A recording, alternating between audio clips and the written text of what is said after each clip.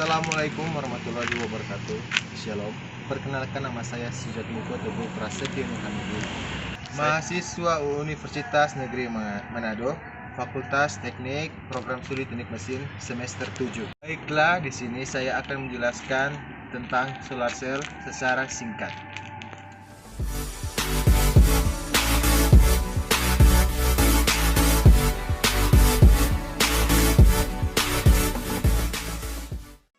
Pengertian sel surya dalam kurung solar cell dan prinsip kerjanya. Sel surya atau solar cell adalah suatu perangkat atau komponen yang dapat mengubah energi cahaya matahari menjadi energi listrik dengan menggunakan prinsip efek fotovoltaik. Yang dimaksud dengan efek fotovoltaik adalah suatu fenomena di mana munculnya tegangan listrik karena adanya hubungan atau kontak dua elektroda yang dihubungkan dengan sistem padatan atau cairan saat mendapatkan energi cahaya. Oleh karena itu, sel surya atau solar cell sering disebut juga dengan sel fotovoltaik dalam kurung PV. Efek fotovoltaik ini ditemukan oleh Henry Becquerel pada tahun 1839. Struktur dasar dan simbol sel surya berikut ini adalah struktur dasar, bentuk dan simbol sel surya, yang terdiri dari simbol sel surya, bentuk sel surya, struktur dasar sel surya. Prinsip kerja sel surya. Sinar matahari terdiri dari partikel sangat kecil yang disebut foton.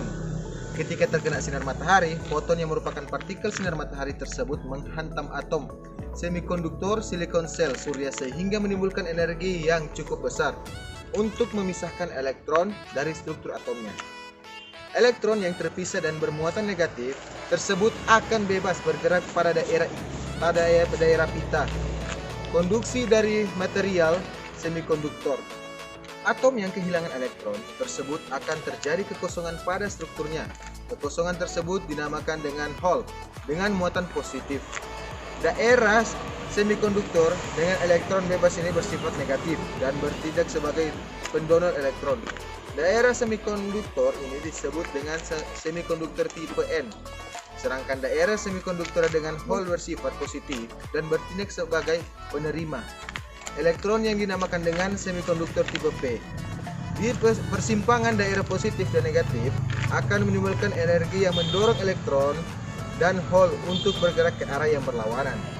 Elektron akan bergerak menjauhi daerah negatif, sedangkan hole akan bergerak menjauhi daerah positif. Ketika diberikan sebuah beban berupa lampu maupun perangkat listrik lainnya di persimpangan positif dan negatif, maka akan menimbulkan arus listrik. Oke, rangkaian seri dan paralel sel surya. Seperti baterai, sel surya juga dapat dirangkai secara seri maupun paralel. Pada umumnya, setiap sel surya menghasilkan tegangan sebesar 0,45 sampai 0,5 volt dan arus listrik terbesar 0,1 ampere. Pada saat menerima sinar cahaya yang terang, sama halnya dengan baterai. Sel surya yang dirangkai secara seri akan meningkatkan tegangan, sedangkan sel surya yang dirangkai secara paralel akan meningkatkan arus, current.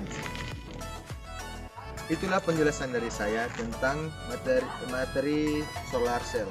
Sekian, nama saya Prasetyo Nurhamidin, saya pamit diri. Terima kasih.